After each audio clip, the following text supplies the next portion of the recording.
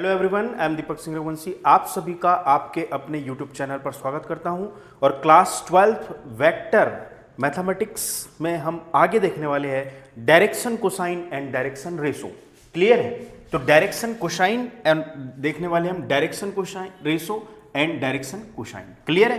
तो कोई वेक्टर मान लो X axis, Y axis, Z axis, किसी को भी कोई भी नाम दिया जा सकता है क्योंकि एक दूसरे के साथ 90 डिग्री का एंगल बनाते हैं। तो x axis, Y axis and z axis, हमने माना किसी वेक्टर का पोजीशन की पोजीशन पॉइंट पी पर x comma y comma z है। क्या है? X comma y comma z है। या हम इसे ऐसा भी मान सकते हैं, x comma y comma z नहीं मान के हम ए बी सी भी मान सकते हैं। क्या मान सकते हैं? ए कॉमा बी कॉमा सी। ठीक है, ये है डायरेक्शन रेशो। क्या है ये? Direction ratios. क्लियर है? हम इनको क्या बोलेंगे? Direction ratios. क्लियर है? ठीक है। अच्छा, ये पोजीशन वेक्टर है, किसी वेक्टर का position vector P A comma B comma C. मान लो ये वेक्टर एक्स एक्सिस के साथ अल्फा एंगल बनाता है। एक्स एक्सिस के साथ कितना? अल्फा एंगल बनाता है। ठीक है, वाई एक्सिस के साथ बीटा एंगल बनाता है और जेड एक्सिस के साथ गामा एंगल बनाता है। क्लियर है? Alpha, beta and gamma. ये ओपी जो है, ये ओपी जो है, ये position vector of any point है। ठीक है। अच्छा, तो ये एक्स एक्सिस के साथ अल्फा, वाई एक्सिस के साथ बीटा और जेड एक्सिस के साथ गामा। तो ये डायरेक्टेड एंगल जो होंगे हमारे पास, कॉस अल्फा, कॉस बीटा और कॉस गामा होंगे। क्लियर है? अच्छा, कोसाइन, कोसाइन का जो फॉर्म है वो कॉस ही है। कोसाइन को शॉर्ट फॉर्म में क्या लिया गया है? कॉस। ठीक है, तो cos of alpha, cos of beta and cos of gamma, जिसे हम डायरेक्शन कोसाइन बोलते हैं। क्या बोलते हैं हम? Direction cosine, directed angle, l comma m comma n. ठीक है, ठीक है। अब हम देखेंगे यहां पर कि cos alpha in triangle, now in triangle, triangle लिया हमने OPR। ठीक है, OPR। ठीक है, OPR एक राइट एंगल ट्राइंगल है, 90 डिग्री यहां पर है। OP हाइपोटेनियस होगा, OR बेस होगा और ये परपेंडिकुलर होगा एंगल के सामने वाला। ठीक है, ऐसे कल्पना करेंगे हम अलग अलग की। ठीक है, अलग अलग की। ठीक है, एक्स एक्सिस से डिस्टेंस A, वाई एक्सिस से B और जेड एक्सिस से कितना है? C in triangle OPR। ठीक है, कॉस अल्फा की बात करें, किसकी बात करें? कॉस अल्फा की। तो क्या हो जाएगा? एक्स एक्सिस के साथ बना हुआ एंगल है। ठीक है, एक्स एक्सिस के साथ बना हुआ एंगल है, तो क्या हो जाएगा?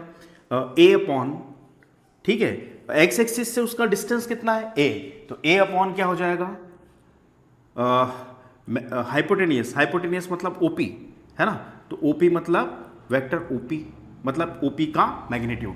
क्लियर है?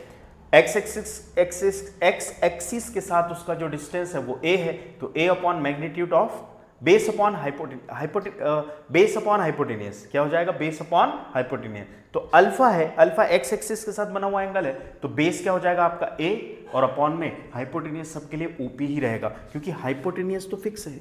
ठीक है, तो क्या हो जाएगा? Cos alpha. अच्छा, इसका मैग्नीट्यूड क्या? A upon root in OP का जो मैग्नीट्यूड है, तो क्या हो जाएगा? A square plus B square plus C square. Clear? ठीक है, यहां तक आई होप आपको क्लियर हो गया।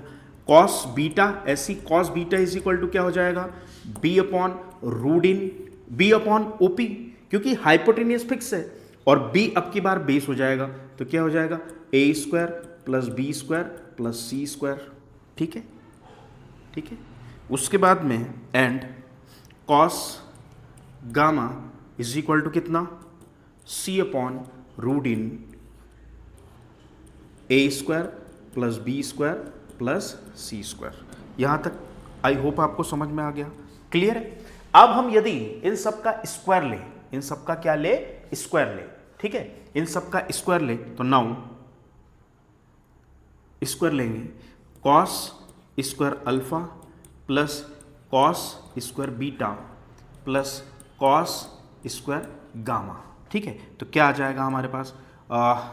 ए अपॉन रूट से रूट कैंसिल है ना, तो क्या आ जाएगा?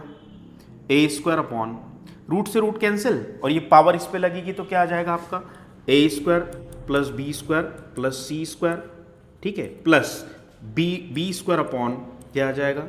A square plus B square plus C square plus C square upon क्या आ जाएगा, A square plus B square plus C square. कैसे आएगा, ठीक है, कॉस स्क्वायर अल्फा की प्लेस पे वैल्यू रख के देखते हैं। Cos square alpha is equal to क्या वैल्यू रखी, A upon root in A square plus B square plus C square का होल स्क्वायर। ये जब स्क्वायर डिस्ट्रीब्यूट होगा, क्लियर है, ये स्क्वायर, ये पावर जब इस पे लगेगी तो क्या हो जाएगा, पावर डिस्ट्रीब्यूशन रूल के अकॉर्डिंग टू ए स्क्वायर, और जब इस पे लगेगी तो क्या हो जाएगा, A square plus B square plus C square का होल स्क्वायर। तो ये कैंसिल, तो क्या बचेगा आपके पास, A square upon A square plus B square plus C square. Clear है, तो कॉस स्क्वायर अल्फा के प्लेस पे हम डायरेक्टली ये वैल्यू को पुट कर सकते हैं। आई होप यहां तक आपको समझ में आया होगा, ठीक है। अगला देखते हैं, अगला देखते हैं क्या, एलसीएम लेंगे हम तीनों का, तो क्या आ जाएगा हमारे पास यहां पर नीचे A square plus B square plus C square. Clear है, एलसीएम, क्योंकि एलसीएम हमारे पास एक जैसा, डिनोमिनेटर एक जैसा है, तो ऊपर क्या आ जाएगा, ए स्क्वायर प्लस का साइन बी स्क्वायर प्लस का साइन सी स्क्वायर, ए स्क्वायर प्लस का साइन बी स्क्वायर और प्लस का साइन सी स्क्वायर। क्लियर है, ठीक है। कैंसिल होके कितना आ जाएगा, कैंसिल होके दे देगा 1। इसका मतलब क्या निकला, इसका मतलब निकला कि cos square alpha plus cos square beta plus cos square gamma is equal to क्या होता है 1। क्लियर है, इज इक्वल टू क्या होता है 1। ये मॉरल निकला हमारा, ये क्या निकला, मॉरल निकला। क्लियर, ठीक है। Cos square alpha plus cos square beta plus cos square gamma is equal to कितना 1। तो डायरेक्शन कोसाइन के स्क्वायर का सम जो होता है वो 1 होता है। अच्छा, ये डायरेक्शन जो कोसाइन है उसकी प्लेस पे एल एम एन भी ले सकते हैं, तो यहां से एक मॉरल और निकलेगा कि या और हम ऐसा भी लिख सकते हैं, l square plus m square plus n square is equal to कितना 1।